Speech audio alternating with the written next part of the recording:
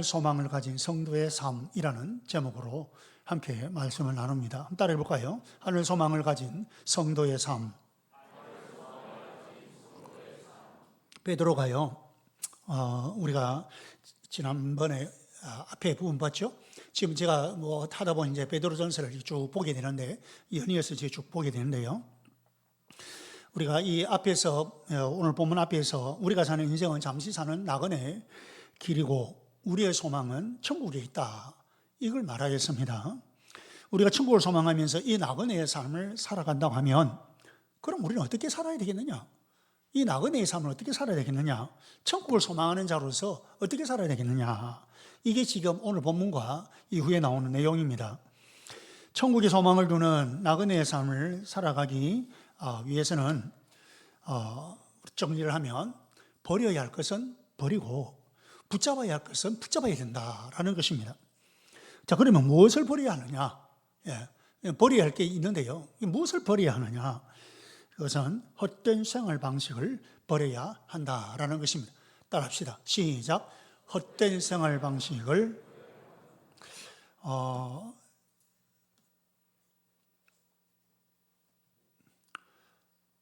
베드로는 18절에서 이렇게 말을 하죠. 18절에서 같이 보면 시작. 여러분은 더 물려받은 여러분의 헛된 생활 방식에서 해방되었습니다. 버리고 정리해야 하는 것은 조상으로부터 물려받은 헛된 생활 방식, 이렇게 정의를 내리고 있습니다. 그 헛된 생활 방식인데, 이걸 앞에다가 또 조상으로부터 물려받은 이란 말을 또 붙이고 있습니다. 이걸 14절에서는 이걸 연계해서 이렇게 말합니다. 14절, 순종하는 자녀로서 여러분은 전에 모르고 쫓았던 욕망을 따라 살지 말고. 전에 했죠. 순종하는 자녀로서, 순종하는 자녀는 현재 상태입니다. 현재 우리가 하나님을 믿고 하나님께 순종하는 하나님의 자녀입니다. 그런데 이전에 모르고 쫓았던 욕망이 있다는 거죠. 그걸 따라 살지 말아라, 그 말입니다. 전에 모르고 쫓았던 욕망은 조상으로부터 물려받은 헛된 생활 방식과 연계성이 있다, 그 말입니다. 그러니까 여기에서 모르고라는 말하고 있죠. 몰랐다라는 말을 하는데, 이 몰랐다, 이 말은 지식적으로 부족하고 몰랐다, 그 말이 아니고요. 이건 하나님을 몰랐다, 그 말입니다. 하나님을 경험적으로 모르고, 하나님을 전혀 모르는 그런 상태. 우리가 조상으로부터 물려받은 아름다운 것이 많이 있습니다. 이스라엘 백성들도 마찬가지였고요. 지금 우리도 마찬가지입니다. 우리 시대도 우리가 우리의 조상들로부터 물려받은 아름다운 것은 많이 있습니다. 그래서 우리가 그것은 아름답고 참 좋은 것은 보존해야 할 것들이 많이 있는데, 그러나 하나님이 어떤 분인지 잘 몰라가지고 만들어진 잘못된 관행들이 있는 거예요. 하나님을 잘 몰라서 어떤 분인지 몰라가지고 만들어졌던 관행, 이게 우리의 풍습이 되어버리고 이게 우리의 문화가 되어버리고 그렇게 된 것들이 있다라는 것입니다. 그러면 이것은 우리가 과감하게 버려야 한다, 이걸 지금 우리에게 말씀하고 있는 것입니다. 이걸 우리에게 좀 더 실제적으로 적용을 해보면, 우리 민족 가운데에 우리에게 그런 것이 있죠. 그 중에 하나가 뭐예요? 제사 문화입니다. 제사 문화. 우리 민족이 가진 아름다운 풍습, 정말 아름다운 것 중에 하나가 뭐냐면 부모님에게 효도하는 것입니다.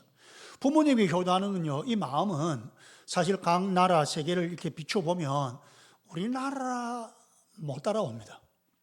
이만큼은요, 부모들 입장에서는 아이고 마음에 안 들고 그렇다 싶어도, 그래도 여러분, 우리가 부모님을 생각하고 부모님에게 공경하고 부모님에게 효도하는 이거는요, 그래도 우리나라는 아름다운 풍습을 가지고 있습니다. 자, 이렇게 부모님에게 효도한다는 아름다운 마음과 풍습이 있었으나 그 대신 하나님에 대해서 너무 잘 몰랐다는 것이죠. 하나님을 잘 모르고 부모님을 효도한다, 이제 이거예요. 자연히 어떤 하나님을 모르니까 어떤 영적인 존재나 그 실체를 잘 모르게 되죠. 하나님 모르니까. 그러니까 천사나 귀신들의 실체도 잘 몰랐죠. 그래서 그 귀신들을 두고 자기들의 죽은 조상이 떠돌아다닌다고 생각을 한 것입니다. 그 귀신은 우리의 죽은 조상이, 우리 할아버지가 귀신이 되어가지고 지금 떠돌아다니고 있다, 이렇게 생각을 하는 거예요. 그래서 그 귀신이 떠돌아다니면서 막 우리 집안에 잘 되게 해주면 좋은데 해코지도 어떤 때는 한다.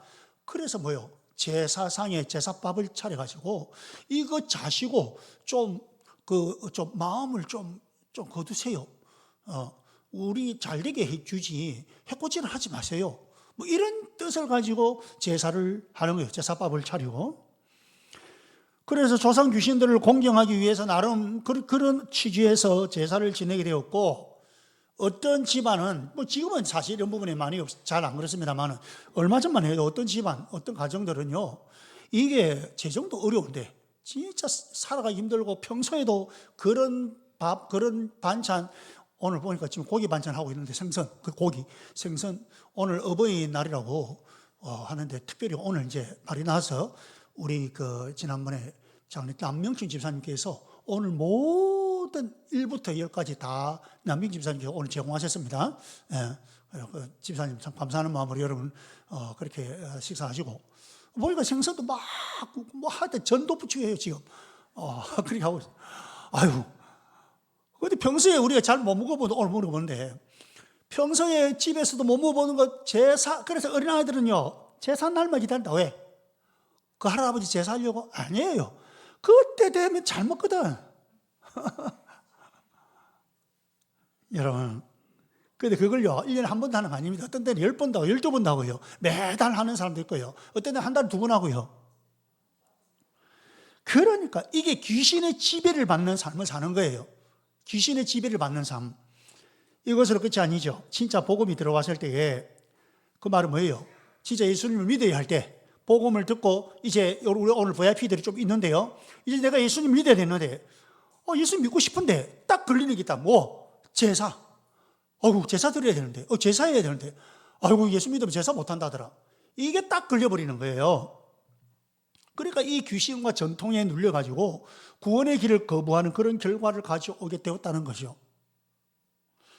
여러분, 우리 그리스도인들은, 우리 예수 믿는 사람들은 하나님의 말씀, 성경을 통해서 영적인 세계를 우리가 압니다. 그래서 이것을 지배하는 것은 귀신이라는 것, 이런 세계들을 지배하는 거, 있는 건 귀신이라는 걸 알기 때문에 우리 제사를 안 합니다.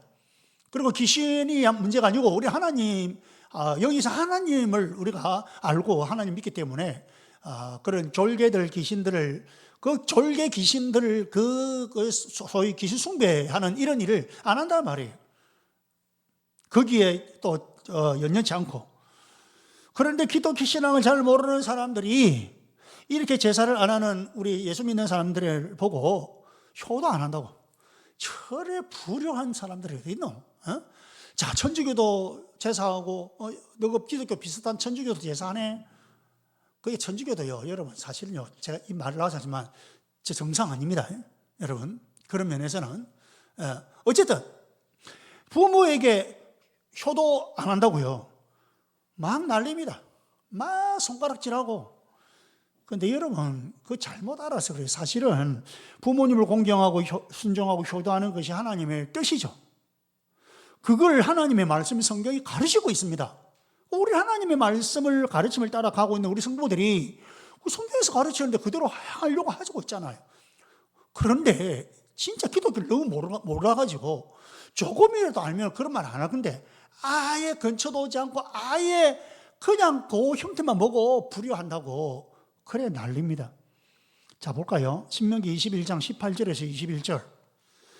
어떤 정도냐 보세요. 같이 시작. 어떤 사람에게 아버지의 말이나 어머니의 말을 전혀 듣지 않고 반항만 하며 고집이 세어서 아무리 타흘러도 듣지 않는 아들이 있거든 그 성읍의 모든 사람이 그를 돌로 쳐서 죽일 것입니다. 물론 율법에서 이야기하는 거지만, 아버지 부모의 말을 듣지 않고 반항하고 고집이 세어가 타흘러도 듣지 않고, 이 뭐예요? 이게 불효죠, 그죠? 그럼 뭐랍니까? 돌로 쳐서 죽여라. 성읍 사람, 모든 사람이 돌로, 그래도 된다. 이거는 이제 이 구약의 율법이기 때문에 신약에 우리가 이것을 보는, 이거는 묘사입니다. 자, 생명상 공부할 때 처방, 묘사, 이 두 가지 이야기했죠. 처방은 그대로 해야 되는 겁니다. 그런데 묘사는 그대로 하면 큰일 납니다. 아, 그때 그랬더라 하면서 우리가 지금 우리는 이렇게 그래서 그런 교훈 아래에서 우리가 이래 살아야 되네. 이게 묘사거든요. 어쨌든 이렇게까지도 성경은 말을 하고 있다 이 말입니다. 그래서 우리 예수 믿는 사람들은요, 부모님을 공경하고 효도를 하는데 살아 계실 때 하란 말이에요.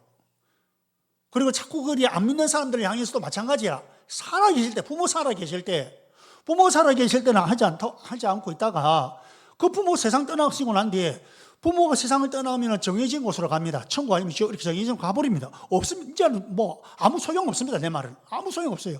그 다음에는 우리가 그리워하고 추모할 뿐이지 제사를 지내지는 않는다는 거예요. 우리 그리스도는 그렇다는 거예요. 성도들은.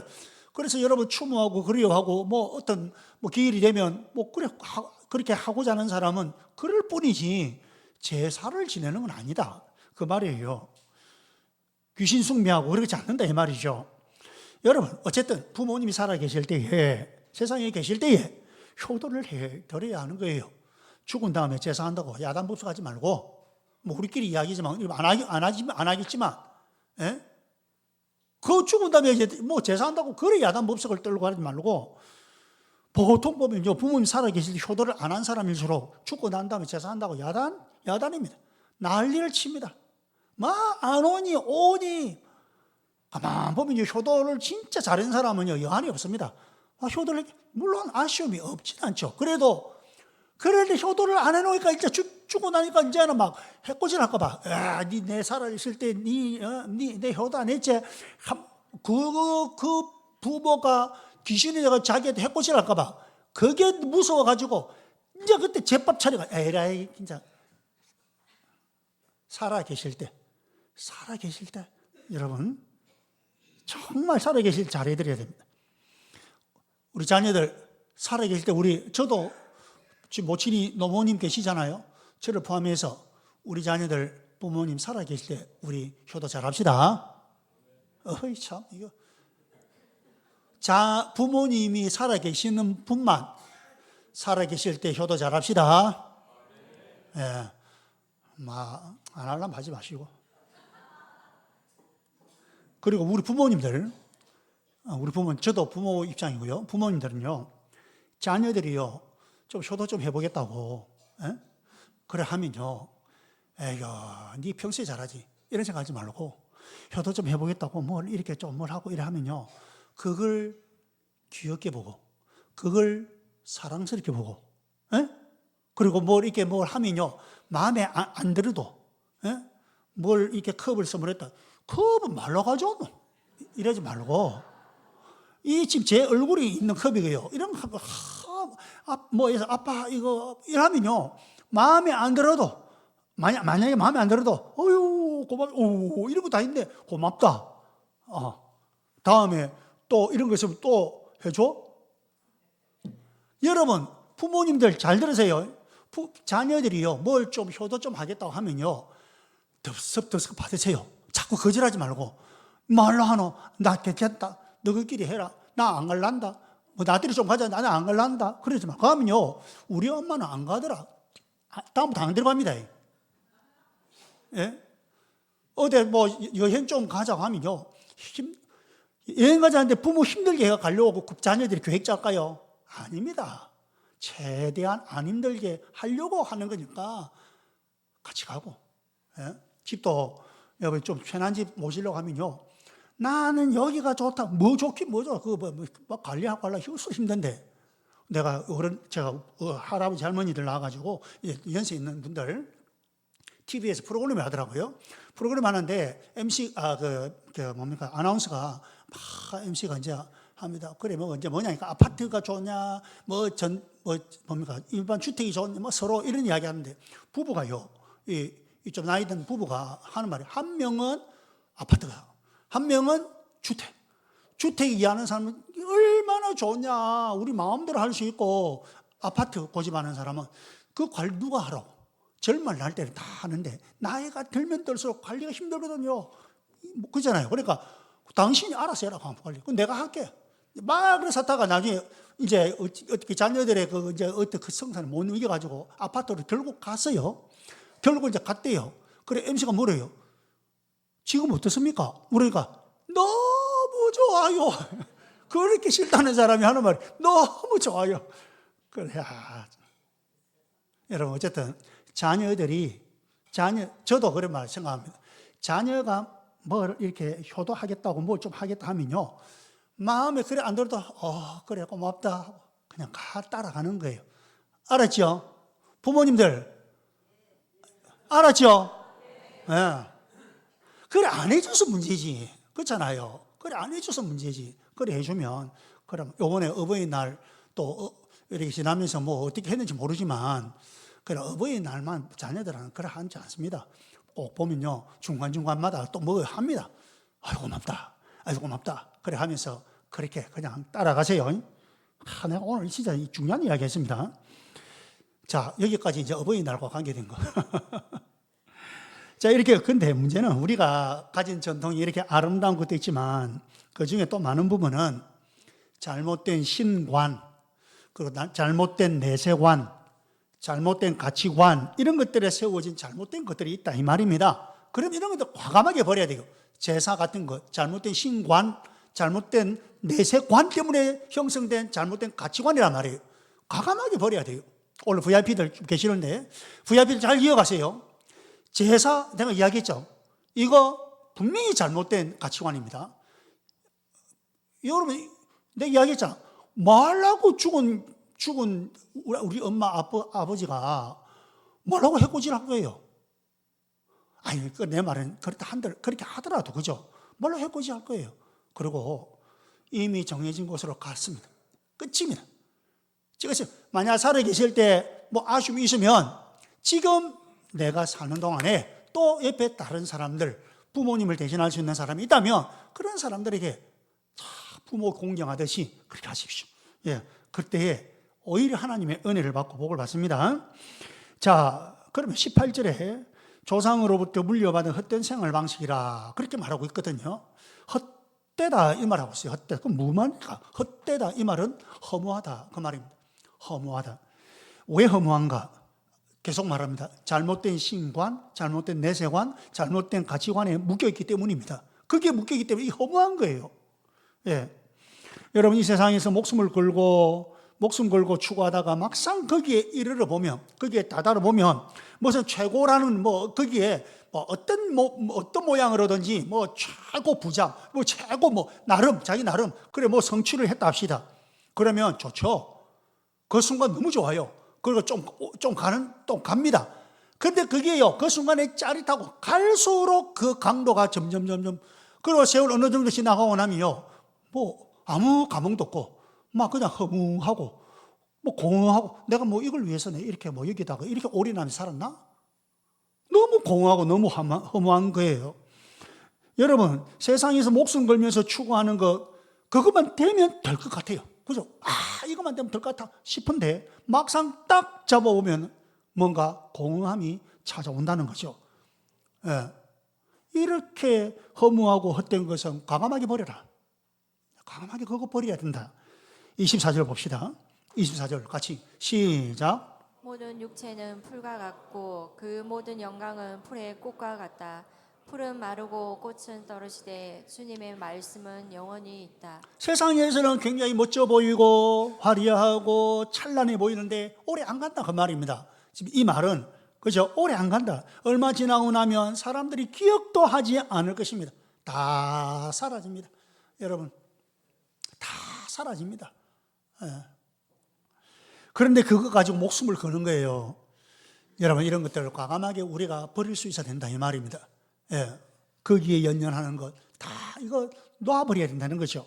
하늘 소망을 가진 삶은 버려야 할 것은 버리고 붙잡아야 할 것은 붙잡고 살아가는 삶입니다. 그러면 무엇을 붙잡아야 되느냐? 무엇을 붙잡아야 되느냐? 14절에서 16절입니다. 14절에서 16절 같이 한 번 더 시작. 순종하는 자녀로서 여러분은 전에 모르고 위에 마이크 소리 좀 크게 해주세요. 욕망을 따라 살지 말고 여러분을 불러주신 그 거룩하신 분을 따라 모든 행실을 거룩하게 하십시오. 성경에 기록하기를 내가 거룩하니 너희도 거룩하여라. 자, 보세요. 내 마이크 말고 여기 지금 그 성경 읽고 있는 마이크 소리 크게 하라. 예. 자, 무엇을 붙잡아야 되느냐? 거룩한 삶을 붙잡아라. 거룩한 삶을 붙잡아라. 예. 여기서 조금은 이 마이크 소리 조금은 아까처럼 조금 낮춰야 돼. 예.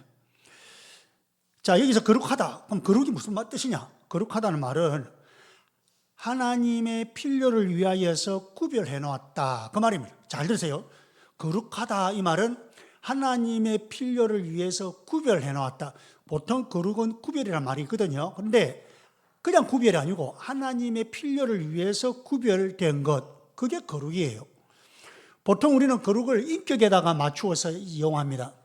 우리 인격적으로 거룩하다. 그러면 또 뭐 인격적 이런 부분을 많이 생각합니다. 그렇지만 레위기서 보면 6장 27절 같은 경우에는 하나님께 제사를 구약 성경에 나오는 제사와 제가 금방 언급드린 우리나라 하는 제사하고는 다릅니다. 그거 아닙니다. 구약에서는 제사를 할 때는 지금의 우리 예배를 두고 이야기하는 거예요. 그런데 그 형태가 제물을 바치는 거죠. 제물을 바치면서 제사를 한 거예요. 그 제물을 태워서 향을 나게 하고, 그죠? 그리고 구운 고기는 먹기도 하고 하는 거예요.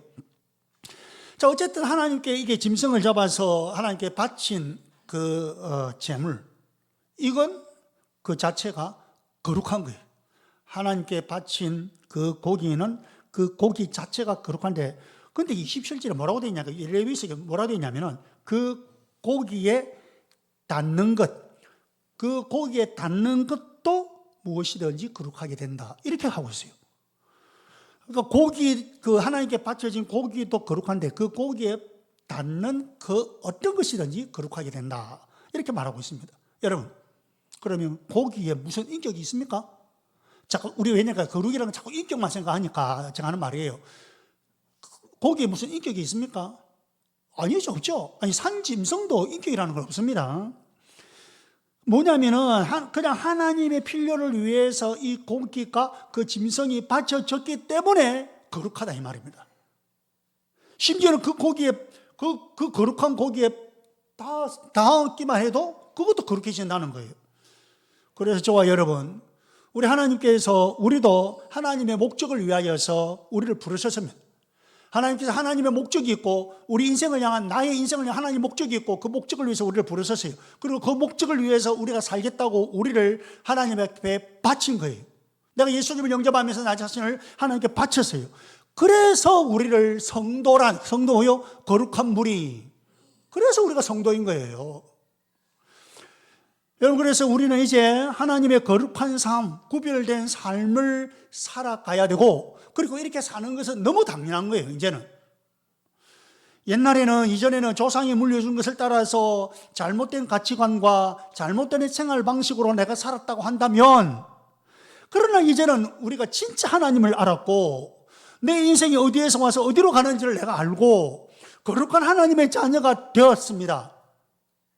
그렇다고 하면은, 거룩한 삶을 사는 것은 너무 당연하다는 거죠. 거룩한 존재가 되었으니, 그죠? 그런 삶을 살게 되면 자연히 다른 세상 사람들의 삶과 다를 수밖에 없습니다. 세상 사람들의 그 삶, 하나님을 모르고 사는 그들의 삶과 하나님을 알고 하나님 앞에 내 삶을 바친 거룩한 자의 삶과는 당연히 다르죠. 보세요. 세상에서는 성공하기 위해서 어떻게 합니까? 자, 성공이라는 것을 한번 두고 생각해 봅시다. 세상에서는 성공하기 위해서 뭔가 많이 갖춰져야 합니다. 그죠? 무슨 캐리어가 많이 갖춰져야 됩니다. 캐리어가. 그리고 여러분, 모든 사람을 경쟁자로 생각해야 됩니다. 다른 사람을 딛고 일어서야지 성공합니다. 아이고, 막 보세요. 지금 정치하는 거 보세요. 아이고, 막 어떻게든 밟고 일어나려고 지긋지긋해요, 진짜. 그죠? 아유, 참, 하나 보면. 자, 여러분, 이게 근데 그거는 세상에 살아가는 모든 사람들의 생활 방식입니다. 그것이 세상의 가치관이다 말이에요. 그것이 세상의 가치관입니다. 그러나 예수님께서는 뭐라고 하십니까? 예수님께서는 누가복음 14장 11절에 보세요. 누가복음 14장 11절 같이 시작. 누구든지 자기를 높이면 낮아질 것이요 낮추면 높아질 것이다. 내가 높아지기 위해서 내가 추구하는 삶이 아닙니다. 세상 사람은 자기가 높아지기 위해서 막 그걸 추구합니다. 그런데 예수님께서 뭐라 합니까? 내가 높아지기 위해서 추구하는 삶이 아니고 오히려 낮은 자리에 거하고, 뭐라면 자기를 낮추면 낮은 자리에 거하고 다른 사람을 섬기면서 그런 삶이라니요. 그러면 하나님께서 높여주시기를 기다리는 삶. 그러다가 우리가 안 높아지는 건 아닌데, 내가 높아지려고 하는 게 아니고 하나님께서 높여주시기를 그냥 기다리는 거예요. 뭐 하면서? 나는 낮은 자리에 거하고 다른 사람을 섬기면서. 여러분, 이 삶이 거룩한 백성인 성도의 삶입니다. 그러니 보세요. 세상 사람하고 다르잖아요. 세상 사람들이 말하는 지도자, 세상 사람들이 말하는 지배자, 어떤 사람들입니까? 세상 사람들이 말하는 그 지도자, 지배자는요, 겉모술수를 잘 쓰고 필요하다면 무자비할 수도 있는 그런 사람들 아닙니까, 여러분? 상식이 어디 있으며, 뭐 다른 사람을 생각하는 게 어디 있으며. 여러분, 그런데 예수님께서는 하늘나라 얘기를 하면서 이렇게 말씀하십니다. 보세요. 마태복음 5장 5절. 제가 지금 대조하면서 이야기하는 거예요. 마태복음 5장 5절 시작. 온유한 사람은 복이 있다. 그들이 땅을 차지할 것이다. 땅을 차지한다. 이게 여러분 벌써 다스린다 이 말 아닙니까? 땅을 차지하는 사람, 하늘나라 백성은 어떤 사람이냐? 온유한 사람이다. 온유한 사람, 강한 사람이 아니라 부드러운 사람, 자기 주장을 세게 하는 사람이 아니라 다른 사람의 의견을 존중하는 사람, 자기가 가지고 있는 힘과 권력을 마음대로 남용하는 사람이 아니라 그 힘과 권력을 절제하고 진짜 필요할 때 다른 사람을 위해서 쓸 수 있는 사람, 이 온유한 사람이라는 거죠. 그 사람이 지도자, 그 사람이 다스리는 사람이다. 여러분, 이게 다른 거예요. 세상 방식과 다르잖아요. 이 세상은 잘못된 가치관 위에 세워졌기 때문에 그 가치관에 세워진 독특한 생활 방식이 있습니다. 그 세상 생활 방식이 있단 말이에요. 그러나 우리처럼 진리이신 하나님을 알고 믿는 그 믿음 위에 세워진 가치관, 성경 위에 세워진 가치관으로 사는 삶은 세상과 다릅니다. 다를 수밖에 없습니다. 그런데 우리에게 자꾸 세상과 같아지려고 하는 성향이 있다 이 말이면, 또 실제로 여러분 우리가 살아가면서 자꾸 세상과 같아지려고 하는 그런 성향이 있단 말이에요. 세상 사람들은 자기들이 사는 방식과 다른 것 같으면, 왜 그러냐면은 세상 사람들이요, 자기들이 사는 방식과 다른 거 보면요, 이게 뭐지? 저것들은 뭐 별종이야? 이유도 없이 미워합니다. 별종이고, 저런 것도 다 있어 하면서, 그럼 왕따가 될 수도 있죠. 그래서 왕따를 당할까봐 두려움이 생기는 거예요, 우리 안에. 나는 교회 와서는 왕따 안 당해. 다 똑같으니까. 그런데 이제 세상 나가니까 이게 뭐 전혀 나하고 다른 사람들이 더 많은 거야.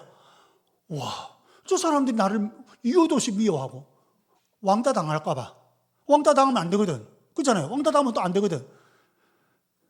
자연히 세상과 내가 다른 것에 대해서 두려움이 생기는 거예요. 나도 모르게. 난 그걸 하고 싶어서가 아니고요.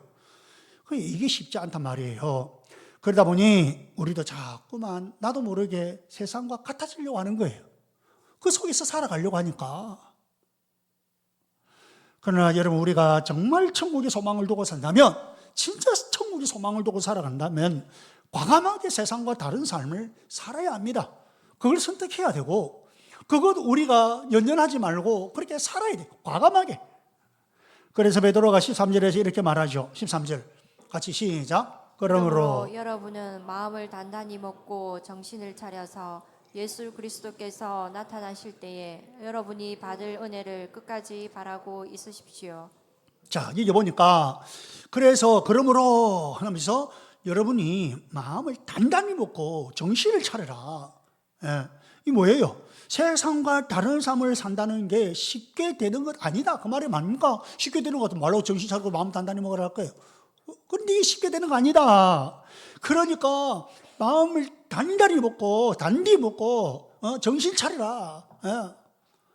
그 집중해라. 집중해서 그러고 애쓰고 노력해야 된다. 이런 말을 하는 거예요. 그리고 이어서 계속해서 예수 그리스도께서 나타나실 때에 여러분이 받을 은혜를 끝까지 바라고 있으십시오. 여러분이 예수님 나타나실 때에 예수님 다시 오실 때에 여러분이 받을 은혜, 그 은혜를 끝까지 바라고 있으라 말이요. 소망하고 있으라. 은혜의 소망을 붙잡고 있으라 이 말이에요. 여러분, 우리가 하나님의 백성이 되어 천국을 바라보고 언젠가는 받을 그 은혜를 끝까지 바라보고 이건 놓치지 말고 인내하면서 마음 단단히 먹고 정신 차리고 그 받을 은혜를 소망하면서 그 붙잡고 살아야 된다. 이거 이야기하고 있는 거 아닙니까? 여러분, 우리 신앙생활이 하나님의 백성답게 살기 위해서는요, 좀 과감성이 있어야 됩니다. 뭐 우유부단하게 뭐 세상도 띄우끼우 여기도 놓자니 그렇고 붙잡자니 그렇고, 여러분 이래가지고는 여러분 신앙생활 여러분 이 승리 안 되는 거예요. 좀 때로는 과감하게 과감성이 있어야 됩니다. 맨날 저쪽 보고 저 세상, 여기서 저 세상 보면서 부러워하고, 여러분 이래서는 안 됩니다. 이것을 위해서 로마서 12장 2절 사도 바울이 이렇게 말합니다. 자, 로마서 12장 2절 같이 시작. 여러분은 이 시대의 풍조를 본받지 말고 마음을 새롭게 함으로 변화를 받아서 하나님의 선하시고 기뻐하시고 완전하신 뜻이 무엇인지를 분별하도록 하십시오. 자, 세상의 가치관 제가 계속 반복합니다. 이건 왜? 잘못된 신관, 잘못된 내세관, 이런 것들에 의해서 형성되는 것이 세상의 가치관이라는 거예요. 우리의 가치관이 그냥 되는 게 아니고 신관과 내세, 신에 대한 생각, 내세에 대한 생각이 이 잘못되어 있기 때문에, 그래서 이게 우리 세상의 가치관 이게 잘못 형성되고 있다 이 말이에요. 그렇게 세워진 그 위에 세워진 생활 방식, 세상의 생활 방식과 진리 가운데에 세워진 가치관 그리고 생활 방식은 다를 수밖에 없죠. 달라요.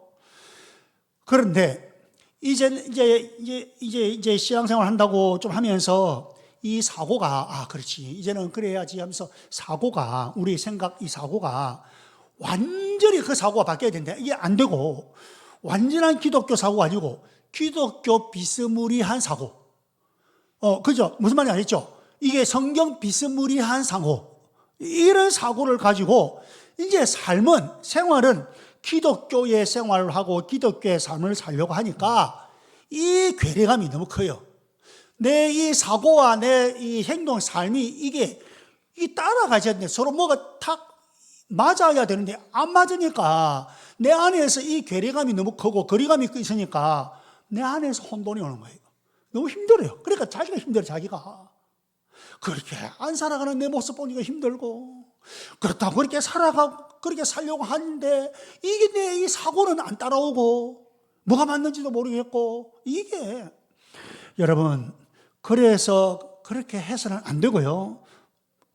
바울이 뭐랍니까? 마음을 새롭게 하라. 마음을 새롭게 하라. 변화를 받아라. 자, 여러분, 예를 들면 이런 것입니다. 그리스도인이라고 하면서 아직도 물질, 돈, 제가 아예 딱 때려고, 돈, 물질, 이것이 다른 어떤 것보다 가장 중요한 것으로 차지하고 있는 경우가 있어요. 돈, 물질 중요하죠? 우리 다 중요하잖아요? 저도 중요합니다. 여러분도 중요합니다. 문제는 가장 중요한 거예요. 최고. 세상 사람들의 가치관은 뭐예요? 물질이 최고입니다. 뭐니 해도 물질이 돈이 최고입니다, 여러분. 지금 세상 사람들은요. 돈 있는 곳에 그냥 무조건 그냥 거기에다가 뭐 시간도 뭐도 다 기울는 거예요. 돈만 된다면. 돈 안 되면 또 다 그냥 뭐 멀리 돈 안 되면. 그렇게 가깝게 지내던 돈 안 되니까 그냥 막 떨어지라. 돈이 최고입니다, 세상은 지금. 이게 만몬신이라잖아요. 그런데 여러분, 우리가 그리스도인이 되어서 가지고 아직도 그 돈, 그 물질이 가장 최고다. 어떤 것보다 가장 중요하다. 이렇게 되는 경우, 여러분, 그런 물질에 대한 사고를 그대로 가지고 있으면 어떻게 되느냐? 뭐든지 돈 버는 것과 관련되어 있습니다. 뭐든지 돈 버는 것, 돈과 관련합니다.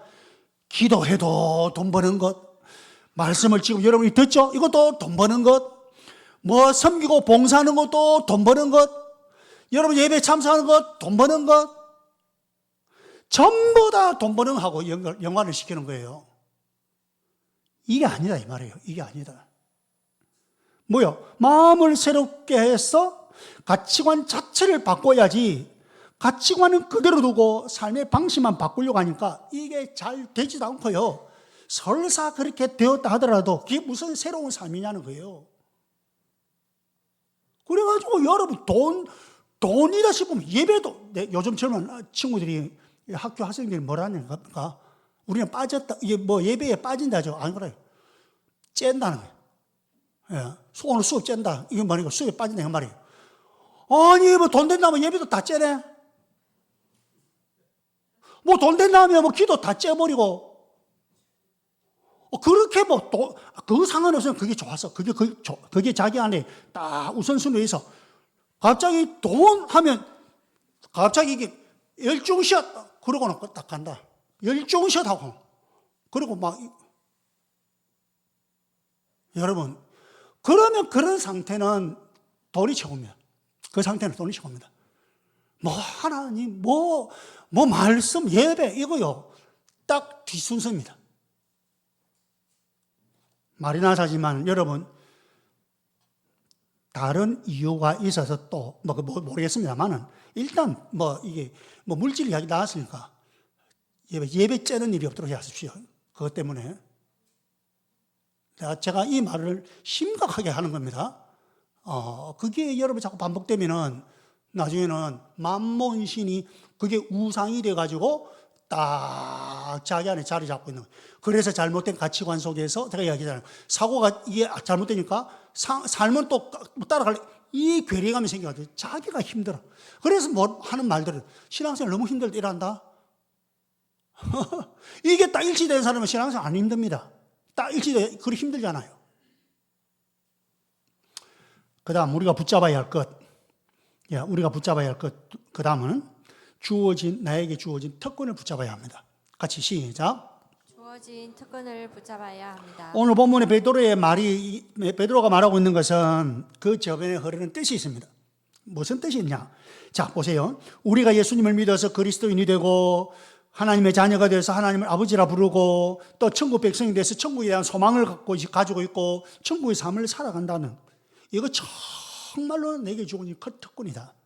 큰 특권인데 이걸 왜 깨닫지 못하느냐는 거예요. 이걸 깨닫지 못하는 것이 안타까움이 베드로 사도에게 깔려 있는 거예요. 그래서 이런 이야기를 하는 거예요.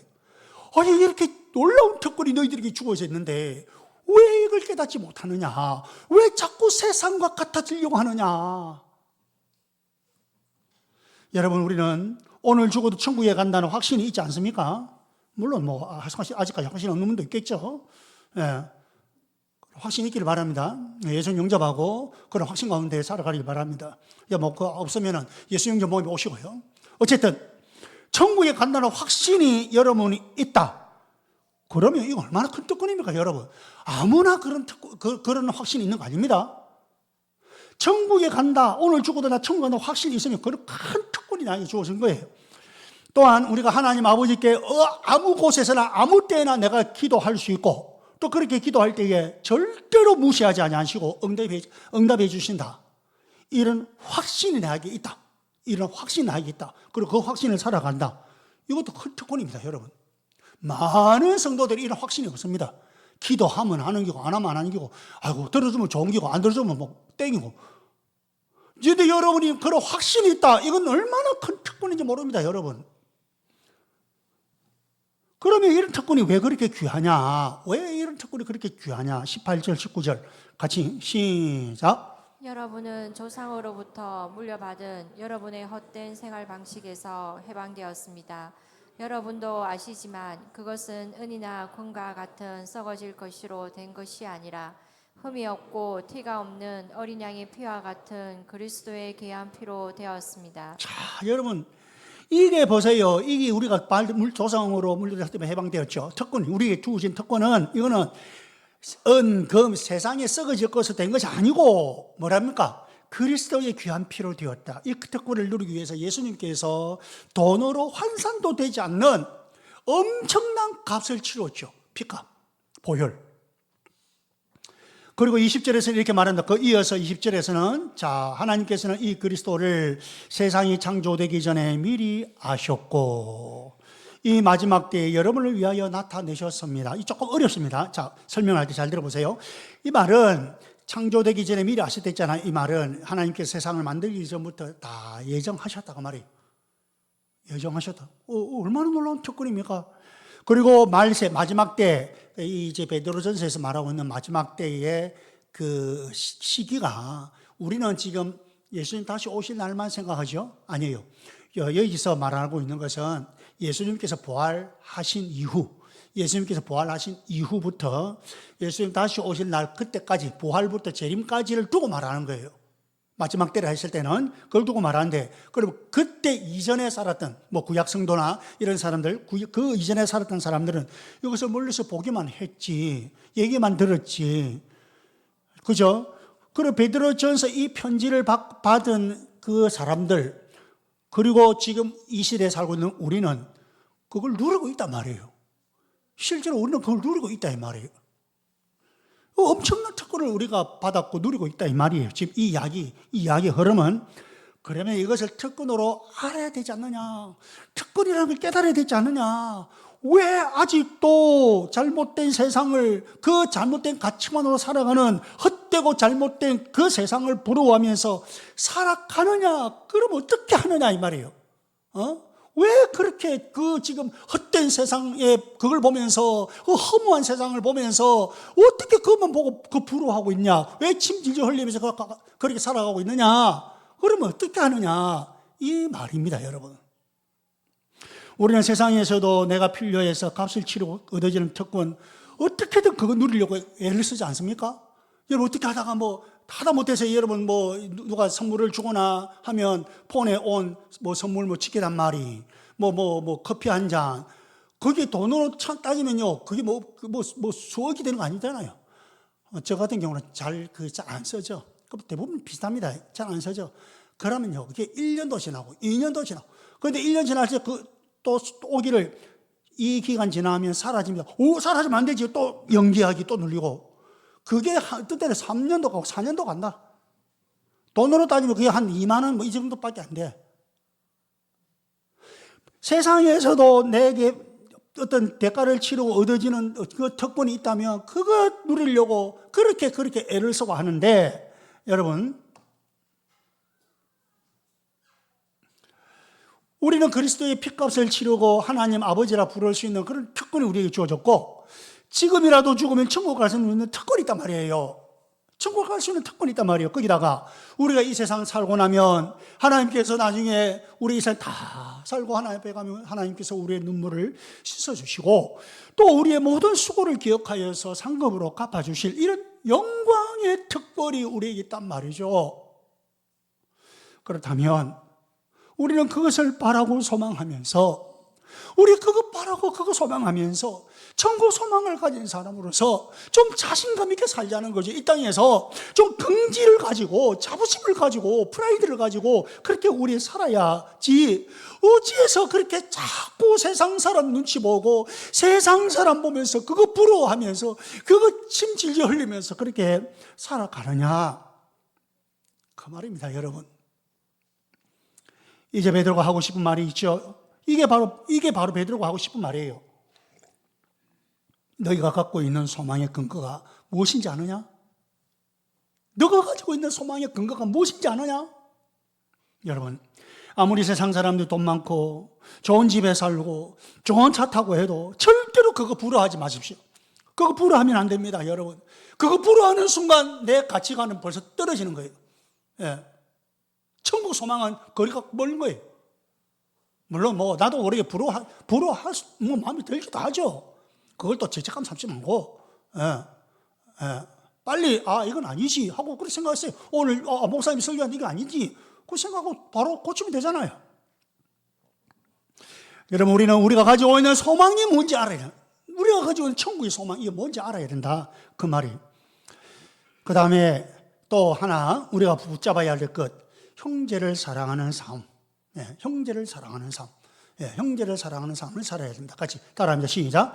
형제를 사랑하는 삶을 살아야 합니다. 22절. 자, 22절 같이 시작. 여러분은 진리에 순종함으로 영혼을 정결하게 하여서 꾸밈 없이 서로 사랑하기에 이르렀으니 순결한 마음으로 서로 뜨겁게 사랑하십시오. 서로 사랑하라 했죠. 꾸밈 없이 서로 사랑. 여기에서 서로 사랑을 했기 때문에 그 대상은, 사랑의 대상은 믿음의 형제 자매를 두고 말합니다. 믿음의 형제 자매들을 두고 이야기하는 거예요. 그러면 우리가 그러면 안 믿는 사람 사랑하지 말라고? 아니요. 사랑해야죠. 그래서 예수님께서 마태복음 5장 44절에서 이렇게 말씀합니다. 같이 시작. 너희 원수를 사랑하고 너희를 박해하는 사람을 위하여 기도하여라. 그러니까 이게 목표입니다. 이게 예수님이 우리를 향한 목표입니다. 우리의 목표는 뭐냐니까 원수 사랑하는 거예요. 그게 우리의 최후의 목표입니다. 그런데 여러분, 원수를 사랑하기 전에 우선 우리의 형제, 자매, 또 가정의 가족들부터 사랑할 수 있어야 원수를 사랑하게 되지 않습니까? 자기 가족, 우리 믿음의 형제, 자매도 사랑이 안 되는데 어째 원수를 사랑한단 말입니까? 이거 안 맞죠? 그럼 아예 대도 안 하는 거예요. 내 말은 뭐 안 맞다는 말이 아니고 이게 안 되는 거예요.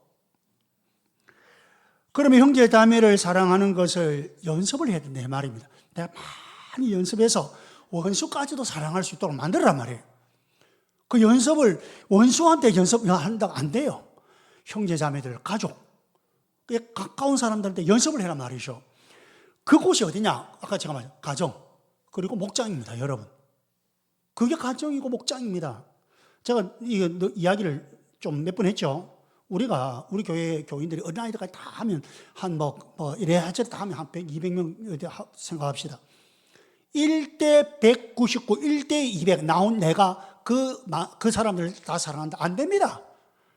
예, 그거 힘듭니다. 안 된다 봐야 돼요. 그러면 1대 10 가능합니다. 노력하고 애쓰면 가능합니다. 그래서 목장에서 연습을 해야 된다. 여러분, 교회에서는요, 목사님들이 당연한 말합니다. 원수를 사랑하라. 오른밤을 치면 왼밤도 돌려대라. 이런 말 하죠. 그래서 우리 성도들이 그 말 듣고는 그렇지, 그래야 되지 하고 다 마음에 간직하고. 그런데 문제는 세상에 나와서 그래서 살면 낙오자가 된단 말이에요. 이게 자기 연습도 안 돼 있고 그래 하려니까 낙오자가 되는 거예요. 여러분, 그래서 목사님들이 그런 말을 할 때 긍정은 하지만 세상에 나가서는 또 똑같이 세상과 똑같은 삶을 사는 거예요. 교회 와서는 그러고 나서면서 빠이빠이 그리고 똑같이 돌아가는 거라. 왜 그럴까? 연습할 장소가 없어서 그래요. 사랑을 연습하는 곳이 가정이요 목장입니다, 여러분. 목장에서 내가 싫은 사람과 같이 일하는 법을 배우고 미운 사람 용서하는 법을 배우지 않으면 어디서 어떻게 그 원수 사랑한단 말입니까? 그 법을 안 배웠는데. 교회와 목장에 모이는 사람 가운데에 여러분 마음에 들지 않고 이기적이고 교만하고 성격도 못됐고 그런 사람도 있죠. 그럴 수 있습니다. 그래도 여러분 가만히 보면 그래도 그 사람이 세상 사람보다 낫습니다. 그래도 그 세상 사람보다 낫습니다. 그런 목장 식구를 사랑하지 못하면서 어떻게 원수를 사랑하나 이 말이에요. 그래서 원칙적으로 목장을 바꾸지 않도록 하는 게 이런 이유입니다. 도망가고 피하는 게 능사 아닙니다. 이 목장에서 또 다른 데 가보세요. 제 가정교회 지금 경험 있는 교회들이 그런 케이스들이 많이 있거든요. 그런 케이스들 100이면 100 다른 목장 갔죠? 적응하는 사람 아무도 없어요. 또 아무도 100이면 100 적응 못하고 결국 그 사람 이 목장 전 목장 몇 개 하다가 다른 게 떠납니다. 자, 그러면 이 교회 말고 다른 교회 가면 그 교회는 가면 또 천국이야. 아이고, 나 참 아닙니다, 여러분. 도망하고 피하는 게 능사 아닙니다. 거기서 그 안에서 그래서 주님이 정말 원하시는 그런 원수 사랑하는 사람 되기 위해서 주님이 원하시는 거 아니고 목표, 그죠? 내 마음에 안 드는 사람, 정말 싫어하는 사람, 미운 사람, 이런 사람을 사랑하는 법을 자꾸 연습을 해야 됩니다. 연습해서 어떻게든 극복해야 됩니다. 목장에서 극복해야 되고 가정에서 극복해야 되고 여러분, 우리가 천국에서의 삶 어떻는지 정확하게는 잘 모르죠. 천국의 삶이 어떨는지 정확하게 우리 잘 모릅니다. 그러나 분명한 것은 딱 사실 하나 있습니다. 이게 뭐냐니까 다 만난다. 우리 성도들 다 만난다. 이건 분명합니다. 천국은 전혀 생뚱맞은 별개의 세상 아닙니다. 우리가 지금 경험하는 이 천국이 완성되는 곳이 천국입니다, 여러분. 지금 우리가 살아가면서 가정에서나 목장에서 너무 행복하고 천국이 있다면 이런 거 아니겠나 싶으죠. 그게 완성되는 곳입니다. 그게 천국입니다. 그런데 어쨌든 우리 하나님의 자녀들은요 모두가 다 천국에서 만납니다. 싫어도 만나고 좋아도 만나고요. 그런데 나는 가끔 이런 거 있잖아. 나는 저 사람, 저 인간하고는 죽어도 같이 못 산다. 그런 말 종종 하거든. 저 인간 나 죽어도 같이 못 있는다. 그러면 하나님께서 뭐랄까요? 죽어도 같이 못 있으면, 그럼 그 사람은 천국 가는데, 네 죽어도 같이 못 있으면 어디 가야 돼? 그럼 네 지옥 갈 것밖에 없네. 이래 되는 되잖아요. 그죠?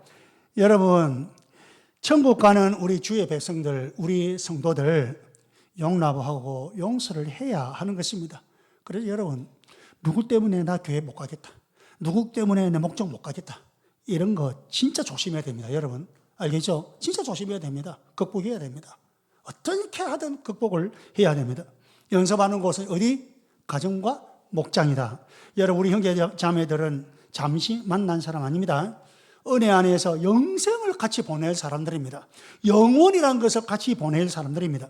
그래서 여기서 해결해야 됩니다. 여러분, 이곳에서, 이 땅에서, 세상에서 해결해야 됩니다. 여기서 용서하고, 여기서 용납하고, 여기서 같이 일하는 법을 배우고, 여러분, 여기서 미움을 극복하고 사랑하는 법을 배워야 되는 거예요. 이런 모습을 보면, 세상 사람들이 이런 모습을 보면, 와, 다르네. 진짜 다르네. 뭐, 천국 소망한다고 천국 뭐 이야기하더만 다르긴 다르네. 이렇게 된단 말입니다, 여러분. 그래가지고 그들이 감동을 받고 그들도, 이 세상과 다른 뭐가 있다. 그래서 그들이 전도가 되고 감동을 받고 목장에 오고 하는 거예요. 여러분, 우리의 신분과 특권, 합당한 삶을 살아가는 우리 모두 되기를 주의 이름으로 축복합니다. 말씀을 기억하면서